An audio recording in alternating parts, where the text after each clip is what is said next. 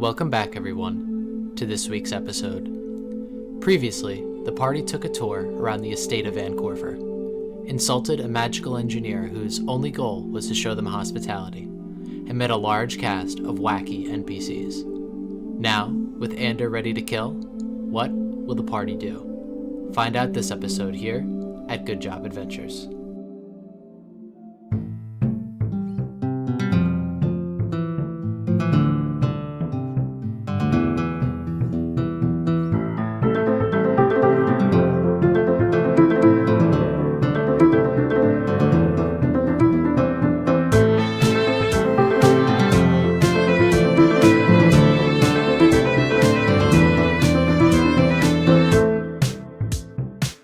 So welcome back, everybody, to Good Job Adventures episode 19? 90.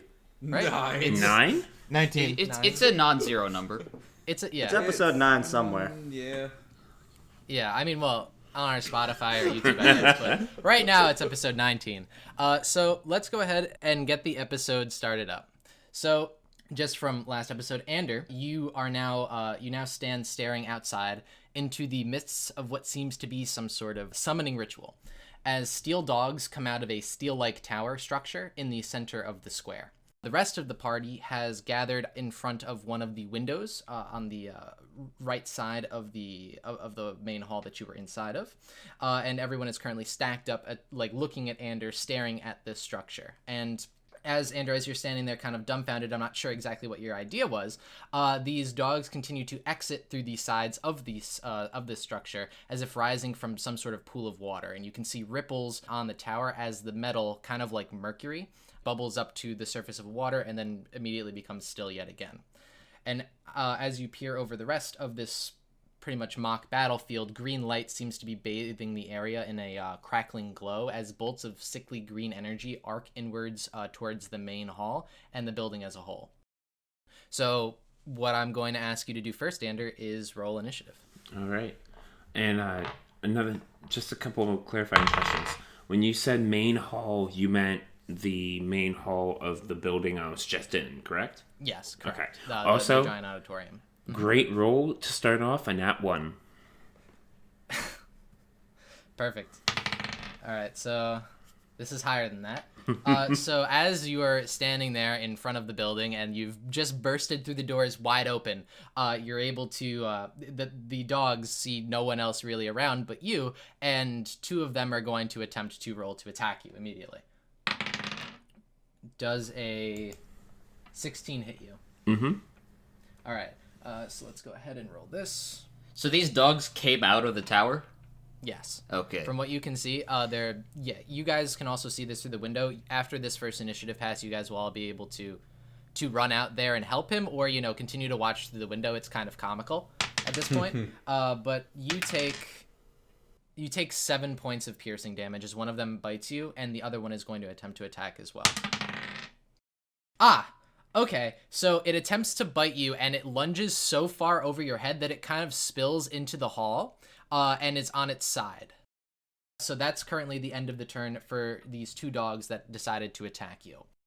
Now, the rest of the party can see, as you guys are watching through the window, you hear a crash inside of the hall as one of these dogs kind of just gets up and stands and starts looking around the hall. And at this point, we're going to go into Anders' turn first before we're able to move to the rest of everybody else. Alright, so I'm going to throw an Eldritch Blast at the one that was biting me. Okay, go ahead and roll. Oh, no. That's a 3 plus 8, 11? Let's see. No, you miss, but so you throw an Eldritch Blast at this dog point blank, and you completely miss it. As it's kind of got its jaws around your ankle a little bit, and it just is able to sidestep it. Are you able to do anything else? Nope. All right, so now we're gonna move into the party. So what you guys see is just there's a dog inside, and you can see Ander kind of just being ankle bitten outside. What do you do? How does Fixus seem to be responding to all of this? Fix is currently still talking into his microphone, or it's his little sending stone in the back, seeing if he can call in for backup. right now. Other than that, not too much is what he's doing. How far is Ander from the rest of the party? Ander is outside, so he is approximately about 50 feet away from the party. The dog is about maybe 20 feet away from the party. All right. Okay. So there's only one dog menacing us, 2 dogs menacing Ander, correct? Correct. Okay. And is anyone else in the hall springing to action? So what you can see in the hall is the following. So you see Mitzi is currently just standing behind one of their creations.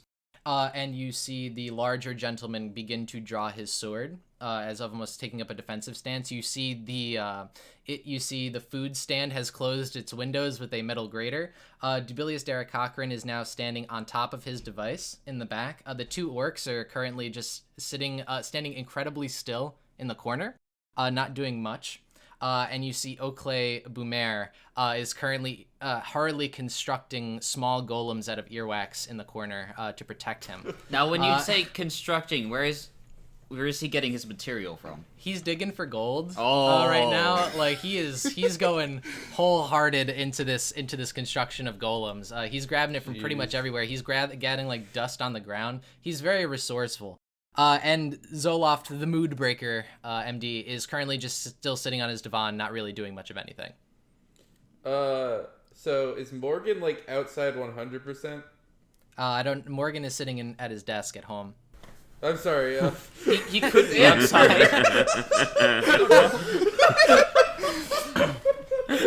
Ben's out for blood. Ander outside 100%. Yes, Oh, Ender God. is currently outside.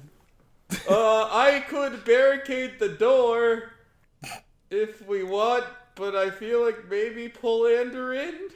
I can barricade it for 10 minutes. Alright, so what Wilhelm's gonna do is he's gonna attempt to hurl a guiding bolt at one of the mechanical dogs that's menacing Ander.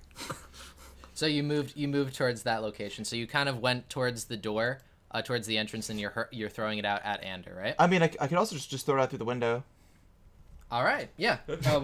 So you could throw it out through the window. So you kind of just like bust the window down or open it, I guess. And you can go ahead and make that attack. Then after you do so, we'll have you roll initiative. Alright, yeah, Wilhelm will open the window first to reduce collateral damage, but he'll throw a guiding bolt. Okay. So you open the window and you chuck a bolt. Go ahead. Alright. That's an 18. Oh. All right. You're able to hit it. Alright. By the way, I'm casting that at first level, so 4d6. Oh, just 46. You know. 2, 3, 1, 3, 9. Okay, so you deal 9 damage to this. So let's go ahead and do that. Some quick maths. All right, perfect. Quick maths. And now I want you to roll your initiative to get into the order. Okay. All right. Just as a heads up, the one mechanical dog that I guiding bolted, the next attack made against it is at advantage. Oh, okay, good to know. Perfect. As far as initiative, I rolled a 9. All right. You smack the dog with your guiding bolt, and it begins to glow. Instead of green, like a kind of like a holyish, like white or yellow. So there's one running rampant inside the hall right now, right? Yes. Yeah, that's correct. I would like, and it's currently like in the open? Yeah, you say? it's like right in front of the entrance to this room. So what I want to do is, well, it's in front of the entrance. How wide is the entrance? About 5 feet wide. I want to, this is probably a waste of a spell, but I want to cast Wall of Water around like either the entrance or the dog, depending on which one's which. I want to do damage control by blocking up the entrance. So I'm gonna cast Wall of Water to create a 30-foot long, 10-foot high, and 1-foot thick water, which can be ringed.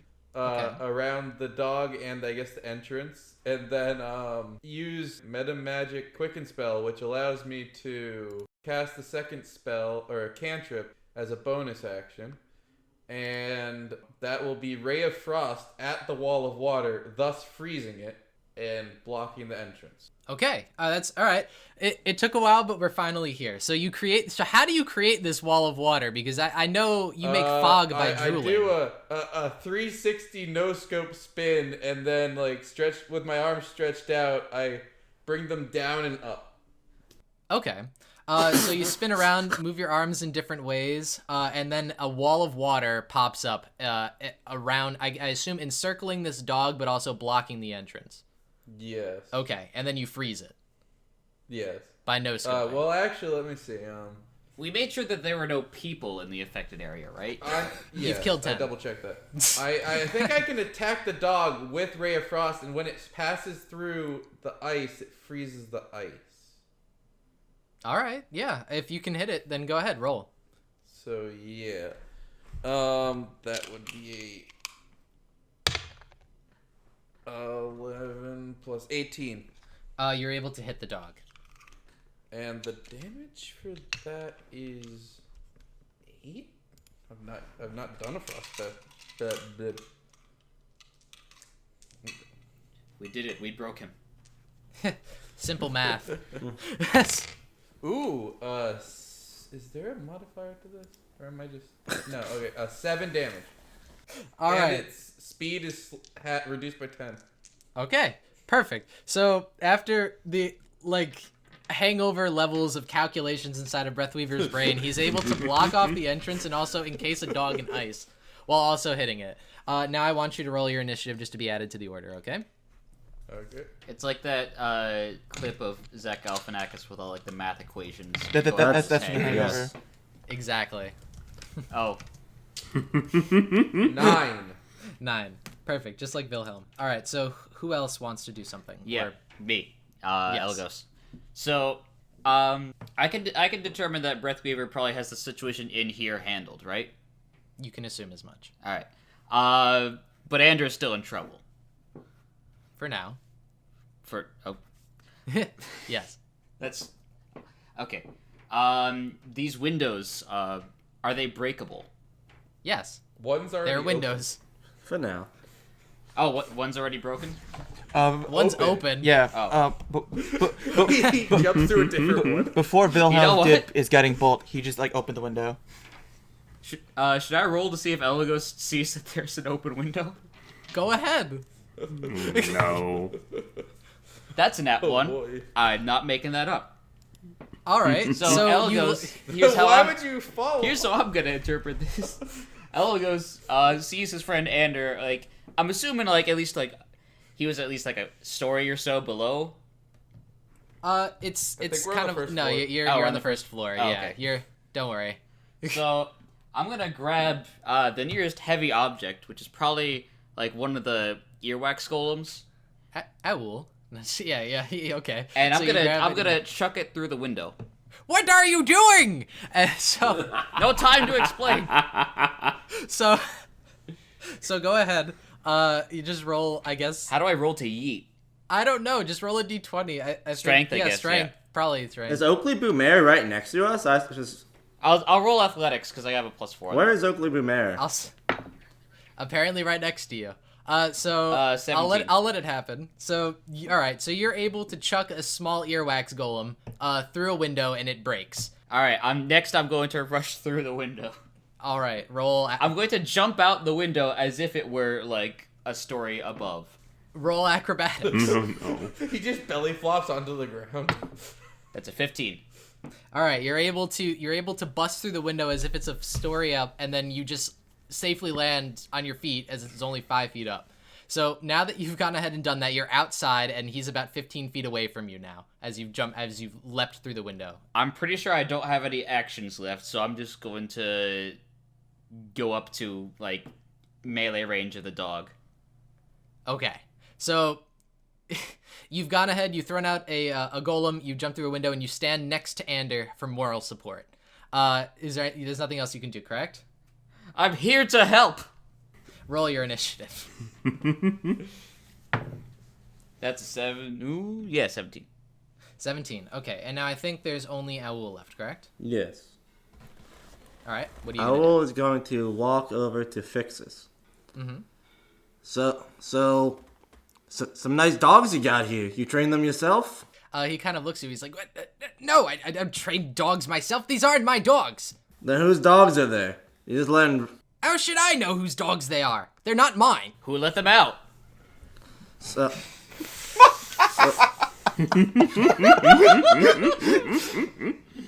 Owl turns and leaves. Okay. I don't even know. After a who let the dogs out joke, That's all it took. Yeah, I don't even... what else would you like to I do? guess I will go help my first mate, John Peters. All right. So Alright, fine, I won't. Well, I mean, like, what am I doing? That I blocked the entrance. I'm kind of just standing there right now. Alright. I will just gonna sit I mean, down. the ice wall isn't unbreakable. Fair. So you walk up to the divan that Zoloft is currently sitting on, and he goes, hello, how are you? Room for one more? Most certainly. And he kind of just like stops laying down on it, and he sits. He's like, what's bothering you? Maybe I could help. This is not the best time for whatever this is. Well, that's fine. Just want to sit on my couch, I guess your couch, and just relax a little bit. All right. All right then. So we've got Awul sitting on a couch. All right. So let's go top of the order then. So Elagos, it's currently your turn. What would you like to do? All right. I am going to cast Searing Smite. Yeah, that casts that consumes a bonus action. So Searing Smite. Mm-hmm. Next time I hit, there's gonna be fire involved. Wait, is it still biting Ander? Correct. Yep. Nope. Not gonna do that. I guess I'll just hit it to try to get it off of Ander. Okay, sure. Go ahead. Roll to hit. What? I'm sorry, Ander. It's fine. I need to get rid of this die and burn it because that was another nat 1. Oh So, no. you see a nice looking leg. So no, you attempt to attack the dog and you throw your sword out towards the tower-like structure. As soon as you do so, you can see that more dogs begin to pour out of the tower and kind of just like stand around your sword. Son of a bitch. All right. Vin, question. Yes. Which dog was the glowing dog? The one that's biting Ander or the one next to Ander? Most of the dogs are. Oh, yes, that would be the one on Ander. So wouldn't Elagos have gotten advantage? Yeah. All right. Yes, that's correct. The sword boomerangs back into my hand. Yes. For a second try, the holy light grabs it and brings it back to your hand. All right, that's more like it. That's a 21. 21. All right. You're able to hit. All right, that is 1d8 plus 3. That is 8 plus 3.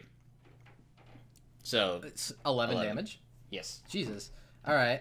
So you're able to that's max damage. So you smack the dog, and it immediately lets go of Ander. Ooh, As but this wait. holy. There's more. I get extra attack. Okay. So it looks kind of upset, and then it looks back up at you, Elagos, as you go in for what I assume is the second attack. Yes, and that'll be an 18. You hit. 1d8. This is only 7 damage. 7 damage. Still respectable. So you're able to deal quite a whopping to this dog as you're able to beat it off of Ander's leg and Phrasing.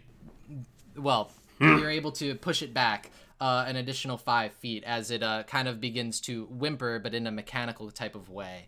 Get! Go on, get! So now it would be actually the dog's turn. So 2 more dogs are going to attempt to attack now you, Elagos. All right. Let me go ahead and attempt to roll.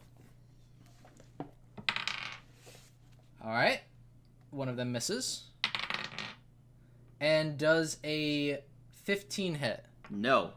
Okay. So both of them miss you, and they're unable to find any purchase on your large shields like covered armored body. So now as you the dog on the inside of the room is going to begin to move as well, and it notices that it's currently entrapped within this ice. So it's going to attempt to make an attack to get out of it, and you see its mouth open wide.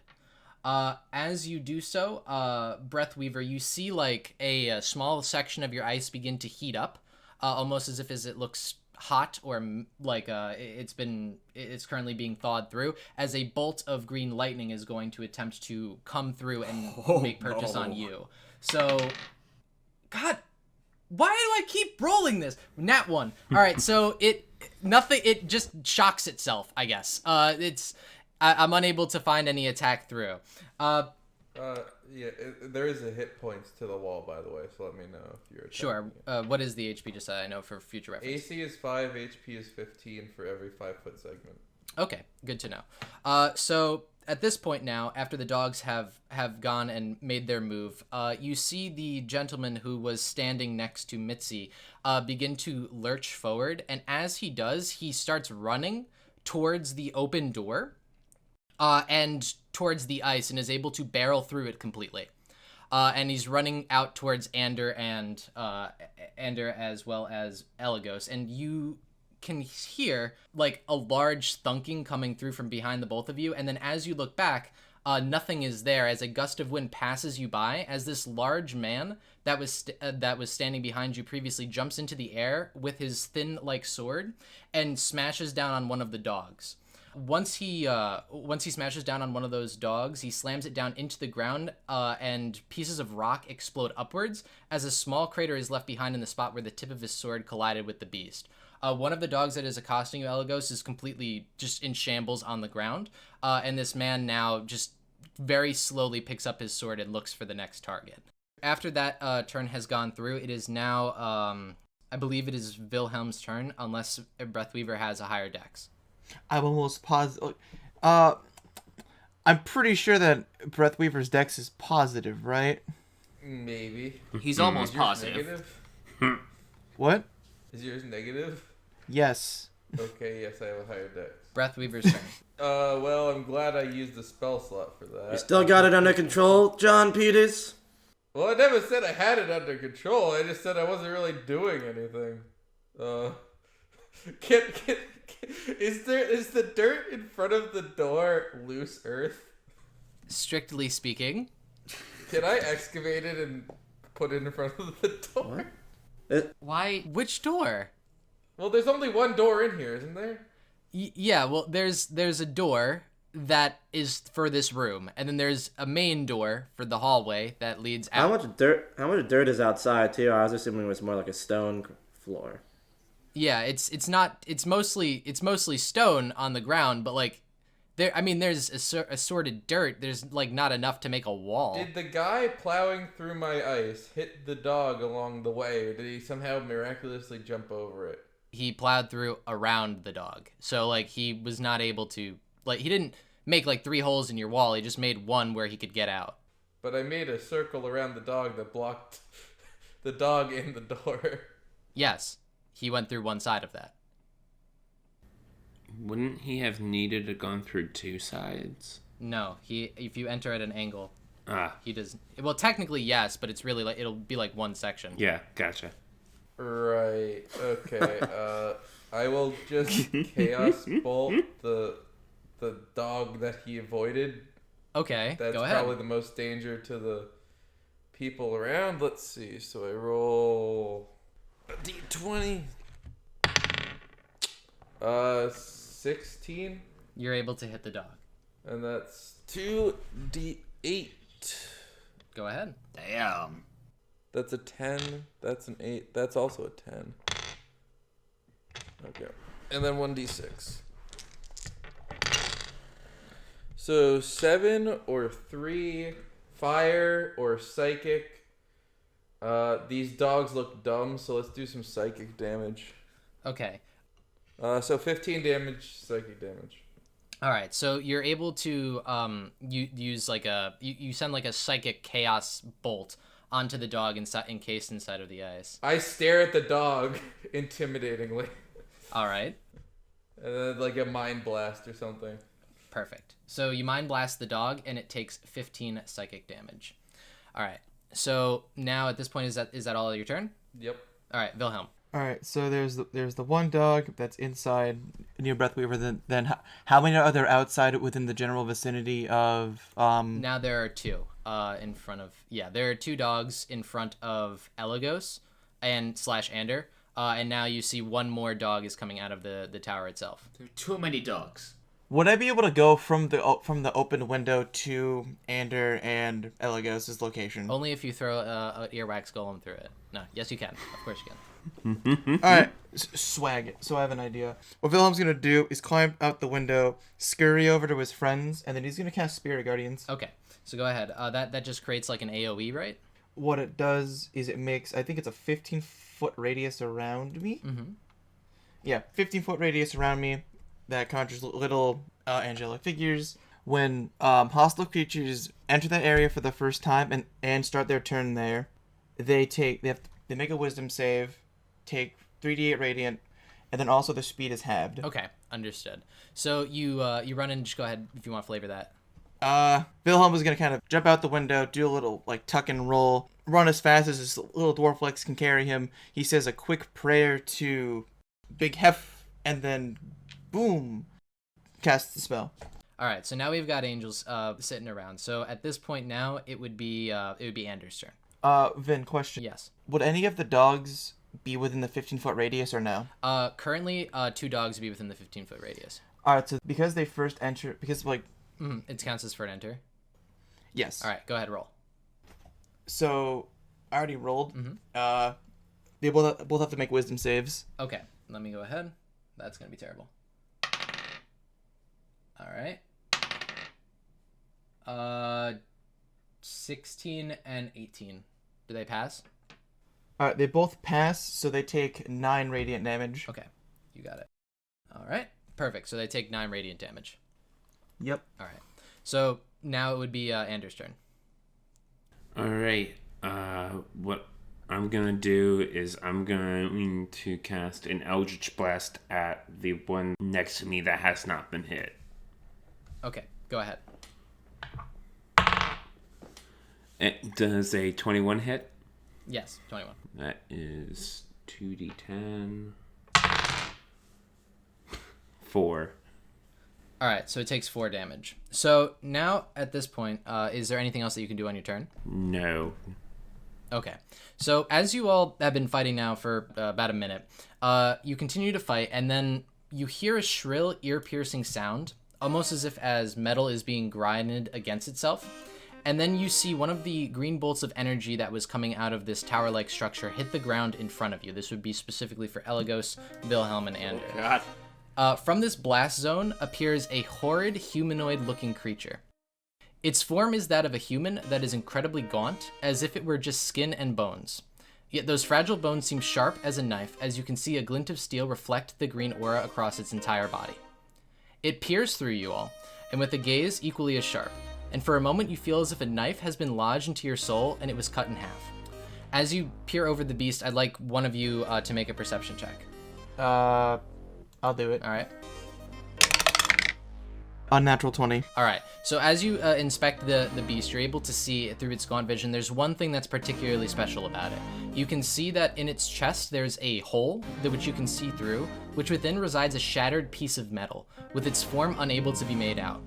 So it's going to enter into the battlefield now, and it's going to walk, it's going to shamble forward towards you all, as if in attempting to enter the building, and it's going to cast a spell as the green aura that surrounds it kind of gathers around its midsection. I want you all to make a Constitution saving throw. Oh boy, we all about to get Avada Kedavra by the Terminator. Question. Yes. As it's walking, is it going to pass through the Spirit Guardians or no? Yes, it will. Alright, so then it has to make a wisdom save. All right. Anyone within 10 feet of me, you gain a bonus to your saving throw equal to Your charisma 2. modifier. Yeah. So it rolled a natural 20, Harris. Fuck. Alright, so as far as the damage... And this is con? Yes, saves? Constitution. Alright, so 17 divided by 2, it's like 8 radiant All right, damage. it takes 8 radiant damage. Yeah. Alright, then I'm gonna roll the con save. Ben, is this save against being feared? No. No? Okay. Alright, so 12 plus... What's Elagos's? Plus 2. Plus 2. Plus 2. Alright, so 14. Elagos? 20. Oh, 20, shit. All right, and then Ander. 16. All right. So, all of you fail, actually, as this thing is going to create a large auratic burst of energy as you're all going. I'm gonna press X to doubt. No, You heard that you heard that I have 20, right? that's correct. So you are all pushed back about 10 feet, and you're all going to take. Let's see here. You're all going to take 14 lightning damage as this beam kind of pushes you all out of the way of the entrance. All right, so I'm gonna roll to maintain concentration. I do that at advantage because of Warcaster. Yep. So the first is a 11. Second is a 13 plus 2, 15. So I think I'm good. So you still maintain your spirit guardians. Then, as my reaction, I'm just gonna hellish rebuke this thing. Okay, go ahead. Oh, wait, do I have to make a save for that? Yeah, you have to make a dexterity saving throw. Alright, I rolled a 17. Does that beat you? Yes, just enough. Okay, what does what damage do I take? You just take half. Okay. So you will take, oh my, you still take 10. Okay, so it takes 10 damage to total 18 damage on this thing. Alright, so you guys have rolled your Hellish Rebuke, and now it would be technically Aul's turn. If you want to do anything now. So, Zoloft, I think there is something bothering me, actually. Oh, yes, what is that? You see that guy who's pretty bony?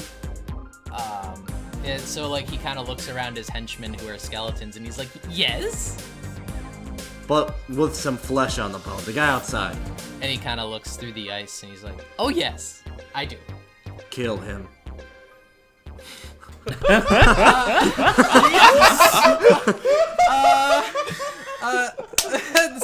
Well, he looks at you, he's like, really? I mean... Just kidding. Incapacitate him. Alright, I guess.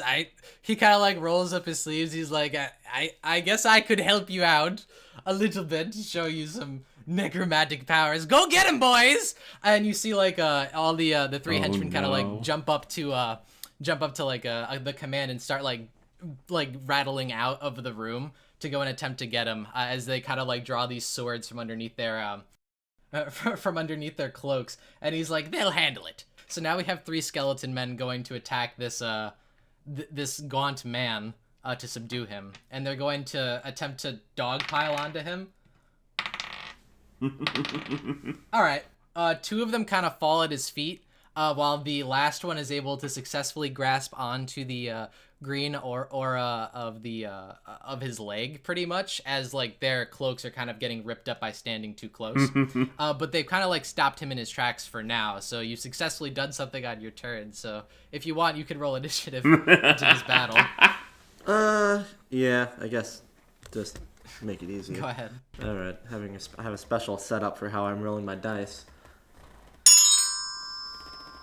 Excuse me, what? What? I'm rolling them on my xylophone because my main table has been confiscated. I have several questions. So this was the next logical step. This was the next logical choice. Xylophone. So, Vin, since you're DM, Yeah. can I petition that, in light of our new situation, we rename our podcast to Rolling Rainbow?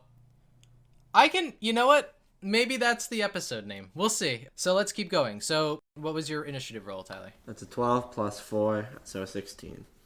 All right, so 16. So you've been rolled into the order. So now at this point, it's going to be, it's actually going to go back to top of the order. And now this beast is going to attempt to attack. Of course he is. Yes, he is. So it shambles forward again with one arm outstretched, and it is unable to really move as this one skeleton is kind of hanging on real tight to his leg. And you see he raises his hand facing inwards toward the center of the room. And from that hand, you now see the green aura kind of gather around its singular hand. And a giant green beam of energy, intense energy, is projected past you deep into the hall. And the ground itself that you can see around it forms into a half-cylindrical scar from the beam. There's actually nobody in the way of that except the dog, so I guess I'll make a dex save. None of you guys here. So the dog fails, and it's going to be consumed by the beam. And as like you're kind of sitting on the divan, Aul, as you're watching this happen, and like right in front of you, this giant green beam is going to go past, and you see it's headed right towards the podium where Fixus is currently standing, with Oakley Boomer now moved into sort of the center, along with Dubilius Derek Cochran on top of his machine, and they're all currently being consumed by this green beam of energy. As it subsides, you see that there is a giant hole, circular hole, left in the back of the building and continuing out as a scar further. And the people inside of this are currently gone. So that is going to be its turn for now. And then it's going to move to Elagos' turn. All right. Holy fuck. Vin, quick question. Sure. When the monster started its turn, was it in the Spirit Guardians? Oh, yes. Goddamn. I keep forgetting. Cool. It rolled a 2. What damage does it take? 10 radiant. All right. Another 10. So 28 damage on the beast. So now. Guys, I think the move is to run. Like, I can try to hold it off, but it just did a whole lot of damage in one attack, and we can't get close to it. Are you telling us this in character? Yes? Yeah, I mean, what do you suggest we do? Just run away as it's going towards us regardless? You got a better plan? No, I don't. Alright, I'm going to... Before we just tuck tail and run, I'm going to try one more thing. Mm-hmm. I'm going to cast Hold Person on this thing. Okay. So go ahead. Roll the cast. No, you.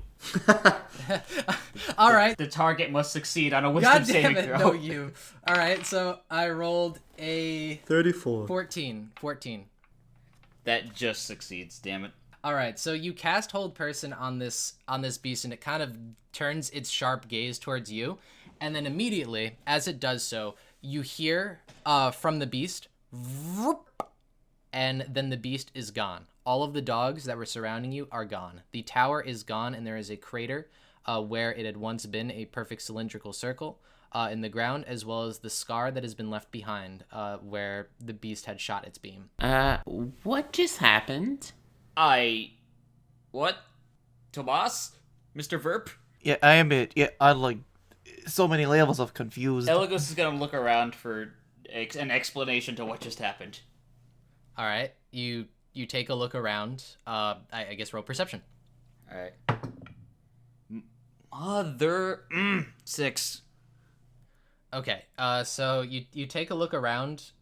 There isn't much to see. In fact, what had been there previously is now completely gone. There's not much to go off of other than this something is just completely tore up house and then is now gone. Including the tower. Yeah. Well, Aul says to Zoloft, I gotta say I was skeptical, but your skeleton stopped him. And you see Zoloft just kind of looks. He's like, well, yes, this is of course well within their capability of doing. Now, How'd they make him disappear like that? Magic. No. I'm gonna be real with you. They didn't do that. But they held him back. Does the MD in your title stand for massively disappointing? You cut out. I don't know what you said, but I know He said massive. does the MD stand for... Massively disappointing. For massive redacted. Did you just say massive redacted? I- Because redacted does not begin with D. This acronym's causing a lot of problems. Anyway, you're a wizard, right? You do magic? of some sort. Yes. Do you know what type of magic this was that got him from here to not being here, as they say? You see he kind of, he takes a look out the door, and I guess he'll roll Arcana. Natural 20. No half measures today for Vin. I love providing information to you for free. So you're able to see that there was a spatial magic at play. Let me get the exact class. The magic that caused it to disappear was transmutation magic. As I expected. This is troubling. So as this conversation is going on, Elagos is going to go towards the dude whose name I forgot. Felix. You mean the one he's talking to? No, the head man. Okay, so you walk up to the podium, and you see that the podium is currently destroyed and is no longer there, and there's a giant hole in the wall. You were thinking to fix this, by the way. Fixus, yes. So Fixus is gone. Fixus is gone, Elagos. All right, I have many questions to ask, and all of them begin with variations of "What the fuck?" I wholeheartedly agree. And you see, like, the only remaining people here really are Zoloft, Mitzi, Garfieri, who is now peeking out from under his cart, and the two orcs in the corner. What about the Dubilius Eric Cochran? Dubilius Derek Cochran is gone. He was in the center in front of the podium with the, the alchemical thing. I forget the name of it. So, transmutation magic, teleportation, seems very up Tomas's wheelhouse. Didn't he show us where his lab was? Couldn't we investigate there? That might be a good idea. Maybe he made it through that attack. Or maybe he created whatever did this. Now, as much as we had a jolly old time making fun of him, like, I don't think that would serve as an impetus for him doing all this shit. Unless there's some sort of other, like, motive. Maybe he really liked those jokes. But that wouldn't be reason to attack an entire convention. Regardless, something is rotten in the state of Van Corfer, and we should go probably check it out. Agreed. Okay. Are there any bodies of the dogs left, or did they all just verp away? All of them are completely gone. They have verped away. Dang it. Trying to learn something there, buddy? Mm-hmm. All right. So all of the bodies are currently verped away. If you want, you guys can talk to the people that are currently left behind, or you can you can hightail it over to Tomas Verp's hangar. I think we're just gonna hightail it to the hangar. Yeah. Yep. Yeah. Hangar. All right. So all of you gather up your stuff and you head out over towards the hangar. As you do so, you all, readily arrive. And upon arriving to Tomas's lab, you see just like a small door. You're able to open it up, and inside the hangar, I want you guys to just take a quick look around. You are able to see just at a plain sight that the entire hangar has been pretty much trashed, or it looks like it's in a trashed state. You don't know how messy he is. There's papers thrown everywhere, and currently the warehouse is now uninhabited. No one is currently around. I'll roll perception to see if I notice anything that stands out. Sure, go ahead. I forgot. That is a 16 plus 6, 22. Okay, so you're able to roll a 22, and you kind of walk around. Oh, you son of a bitch! You kind of walk around the lab a little bit, and you're able to see, like, of course there's a couple of like smaller mechanisms of like him trying to attempt to create portals to go to and from locations, and you see the things that are interesting are these red pieces of paper and green pieces of paper that he has on his desk. You're able to see that there is currently a couple of what you read them now as authorization access requests to the vault. The red ones are currently denials, and the green ones are approvals. When you take a closer look at these rejection letters, you see that it details that he is asking for the answer to the puzzle for this day to get into into the vault, specifically into section 43. And then what about the green pieces of paper, or are they all? Those are all they're either acceptance or denials. Okay. So as you guys are also taking a closer look around the area, I want one of you perhaps to roll an investigation check. If it's could be Aul because he looked around, or anybody else really. I'll do it. All right. Roll some investigation to take a look closer, maybe at some of the papers that are on the desk. Nat 20. All right. So many nat 20s and nat 1s. There really has, and like I'm telling you, it's the session of no half measures. All right, it's the xylophone, I swear. But you roll and you take a look, and you see around the room there are a few schematics that look fairly important, and you take a quick glance at them, and you're able to see you see that these aren't like full schematics that came out of like a printer. It looks as if Tomas has been sketching something down to his books. You see a bunch of arcane runes currently being carved. You see materials for steel. There's also, on all of these schematics that you take a look at, it seems to create some sort of object that is teardropped in size. And all of the headings on them say power source. Huh. power source. Some are more crumpled than the others. As you see, like the arcane writings kind of just like change, or like you see different like calculations are being done, almost as if he's trying to copy someone's work but not getting it exactly correct every time he goes through. Would I have recognized this schematic or something from somewhere else? The teardrop was what the tower's wish was shaped like. Remember the big Yeah. robot took one? Maybe this guy, maybe this guy's trying to recreate that robot thing we saw in the first tower. I mean, that could be a possibility. Because, like, I imagine at these sort of, like, a technological and scientific convention, being able to flex on people with a giant robot would be a worthwhile boon. I think he's more interested in the wish than he is in the robot. Maybe he knows these robots are an obstacle in any tower, and he's trying to understand them so he could bypass them when he goes into it. But that would have meant... let me try that again. Words. Sit down, take a breath. If he summoned the tower a little while ago, that might mean he had already found the answer to the puzzle. That's actually a good point. Didn't the tower disappear when we took the teardrop out of the last one? Do we know that was an actual wish granting, one of the 7 towers? That could have been his attempt at creating a replica tower. True. It did look different. And I don't remember any, like, hostile creatures coming out of a tower. I mean, each tower could be unique. Yeah, I'd be willing to wager that every tower has their own little, like, I guess, gimmick or whatever.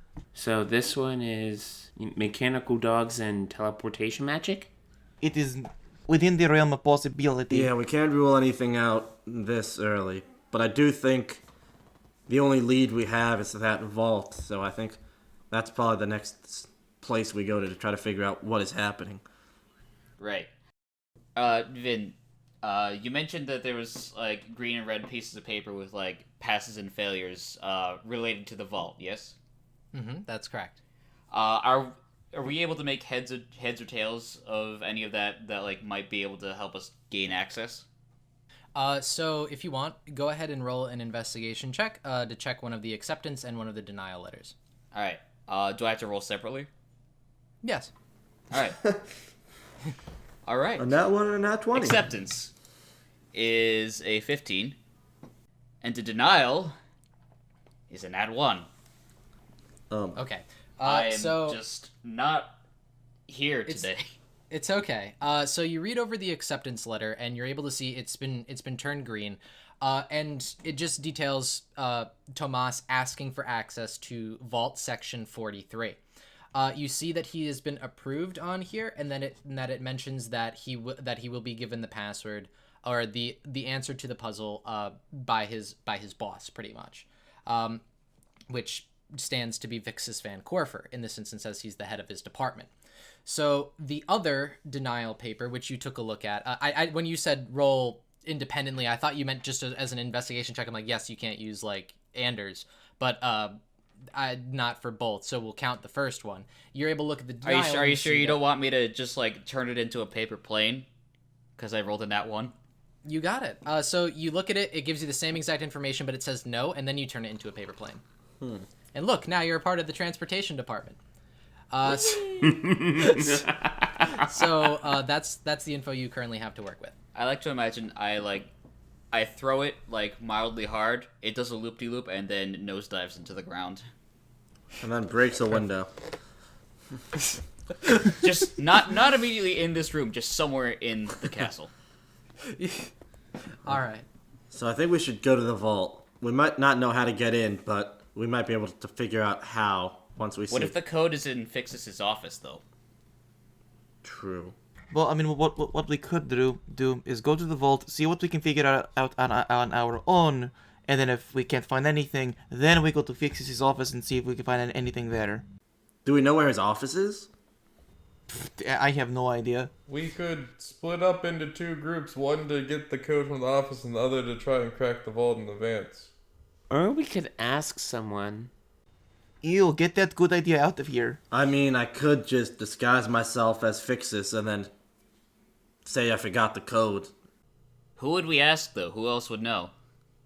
I like your idea, Captain. Fuck, why was it not like plan A? Why was it like plan E? I'm trying to Wait a minute. Because we still don't know who we would ask for this code. This is What other buildings do we know are here, Vin? The buildings that you know that exist are currently, well, one, the building you're in, the hangar. You know that the transportation department exists, but you only saw the you only saw the airfield. You know that the vault exists, and you know that the auditorium in the center exists. These are the buildings that you know at the current moment. I feel like his office might be near the vault. It might just be worth headed over there. See if we can do 2 birds with 1 stone. All right, fair enough. We can always split up later if we need to. Yes. Alright. All right, so you guys are headed towards the vault, I assume, correct? Uh-huh. All right. So everybody makes their way over towards the vault, and as you stare up towards the vault, you see that there are 2 imposing stone sentinels that stand stalwart in front of the large door to the vault. As you stare up at their visage, you could swear that they're staring back at you. However, these are just statues. What do you do? I don't believe you. Doubt. Press X to doubt. And currently is just a door with a door handle. What would you do? Wilhelm. Stone cunning. Yeah, that was not my first plan, but alright. So, I'm gonna try and see what I can discern about the nature of the masonry behind both the statues and also the door. Okay. Go ahead and roll. I think it's history you do for stone cutting, right? It is history. Go ahead, roll history. 19. All right, so you roll a 19 and you inspect the masonry of the statues first. So you take a quick look at them and you see that they're made from a sandstone. It looks as if they're sculpted in one piece. So it's not like this was these came from multiple pieces of rocks. Look, it's like it all came from the same rock. You can also tell that the sentinels are kind of just like they're standing close enough together that like their arms aren't fully made. Like if they were to like move or something like that, it would take off like pieces of the torso. It doesn't look like they would like these would be golems from what you can tell. And the door is not like any other sort of rock that you've ever seen. It's really weird. It's kind of soft. It's brown. It kind of looks like a tree, you would say, but like not a rock for sure. The door's made of wood, isn't it? Yes, the door's made of wood. Okay. This is a weird type of stone. Got a splinter from it. Yeah, what kind of a weird arcane splinter stone is this? I believe science has gone too far. So are you just like touching the door up and down? Yes. Yeah, so as you're like touching the door to inspect it, you kind of just like push it a little bit and like the door kind of gives way. The door was unlocked, wasn't it? Idiots. So what do you see inside, Wilhelm? Well, hold on a second. I will have to take a peek. All right, so Wilhelm, you're able to open the door as you find purchase. It was not locked. So you guys open up the door to the vault and you walk inside. You walk into a circular room that is remarkably bare. The only thing that you're able to see is the following. In the center of the room, on the ground, there are a few broken shards of glass.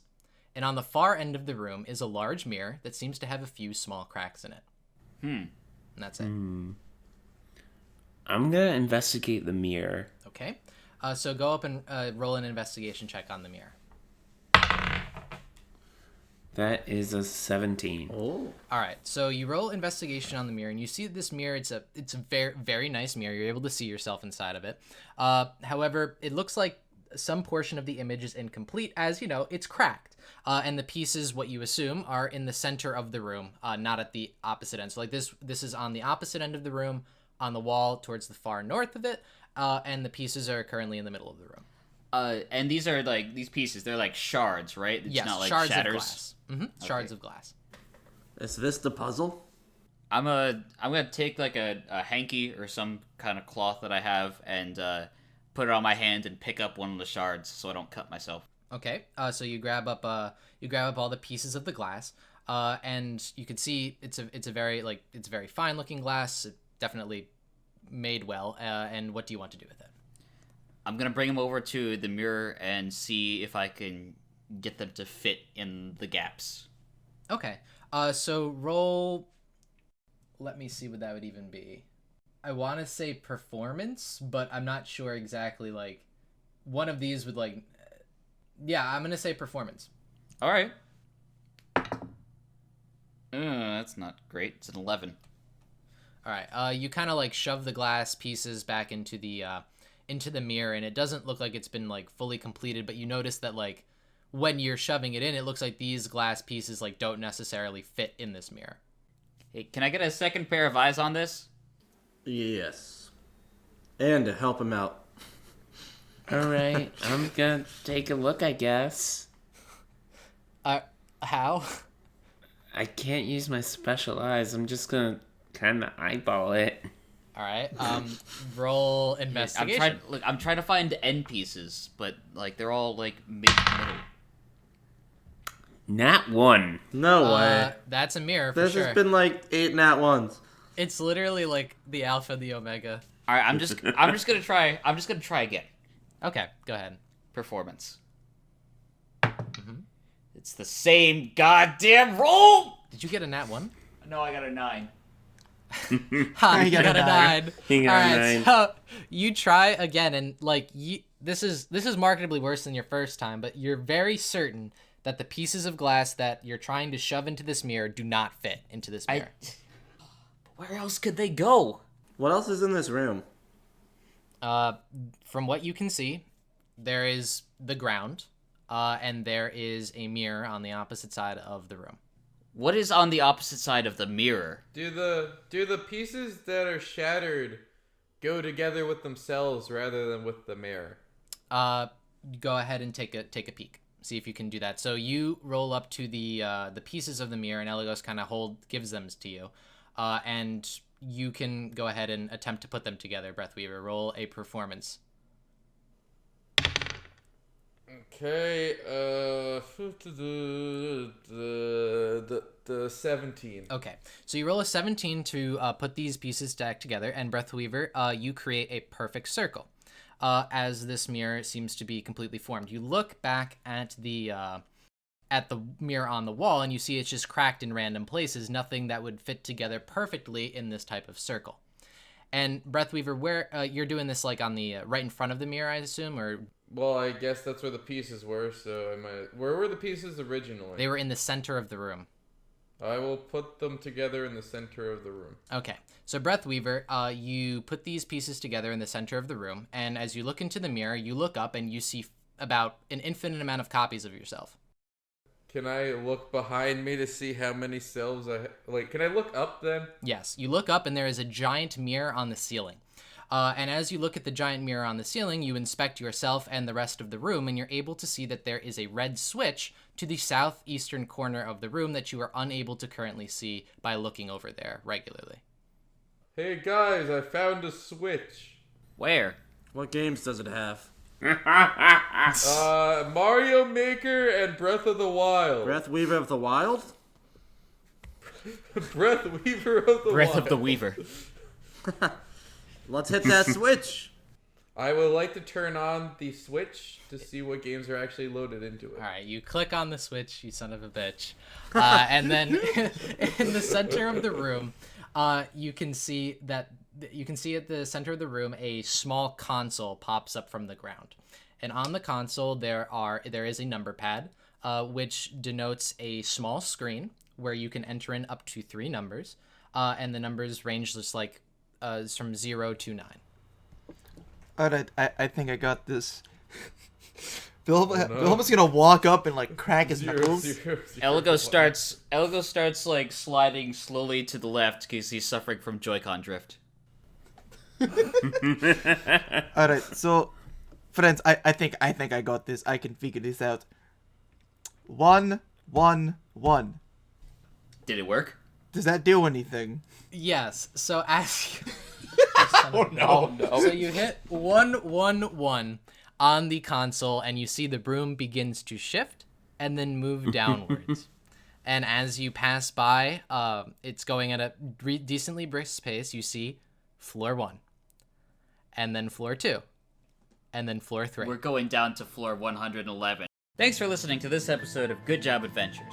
If you like what you just heard, be sure to let us know by rating the podcast on your preferred listening platform. For questions about the cast, business inquiries, or if you're looking for hot singles in someone else's area, contact us at goodjobadventures@gmail.com. For everything else, follow us on Twitter @GJAdventures. Thanks again. We'll see you next time.